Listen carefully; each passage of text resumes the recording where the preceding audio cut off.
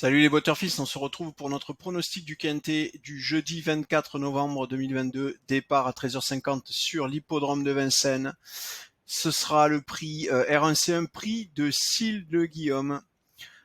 Évidemment, ça sera de l'attelé, 65 000 € d'allocation, 2850 mètres à parcourir pour les 16 partants âgés de 7 à 10 ans, piste en mâche fer évidemment. Corde à gauche, en complément d'information, sachez qu'il s'agit donc d'une course pour les 7 à 10 ans inclus, n'ayant pas gagné 295 000 € au cours de leur carrière, et sont seuls admis à participer à cette épreuve. Les chevaux n'ayant pas dans les 12 derniers mois précédant la course étaient classés au trot attelé, premier, deuxième ou troisième, donc n'ayant pas fini placé d'une épreuve de groupe 1. Voilà, vous avez tout en ce qui concerne les infos du quintet de ce jeudi. Pour le quintet de mercredi, c'était une étape du GNT. Vous l'avez vu, on vous donnait encore une fois le quintet des ordres, un couplet en 3 chevaux, un couplet placé.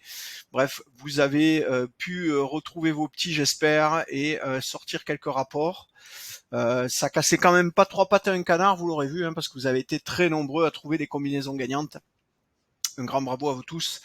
On va aller se concentrer tout de suite sur ce quintet de jeudi qui est catégorisé jouable comme vous le voyez, donc l'algorithme de classification qui compare les caractéristiques de cette course avec toutes celles que nous avons en base, à considérer que ce quintet de jeudi serait donc plus facile que la moyenne des quintets observés au cours des 10 dernières années que nous avons en base.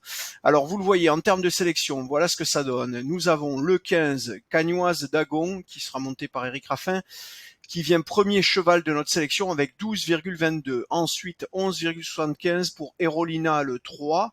Le 13 Fédorangeval, monté par Mathieu Abrivard, sera à 10,86. Ce qui veut donc dire qu'en jouant les 3 premiers chevaux de notre sélection, vous le voyez, 35% de chance de trouver le cheval gagnant, un peu plus d'une chance sur 3, ce qui veut donc dire que si ces chevaux ont une cote autour de 8 au départ de la course, vous pouvez vous lancer dans un pari gagnant, simple gagnant, qui sera rentable sur le long terme.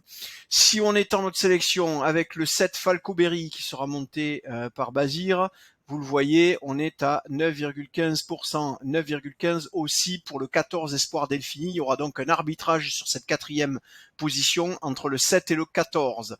Ensuite, si on va chercher le 6e cheval de notre sélection, c'est Étoile de Kenny, qui sera le numéro 12 avec 8,58% de chance.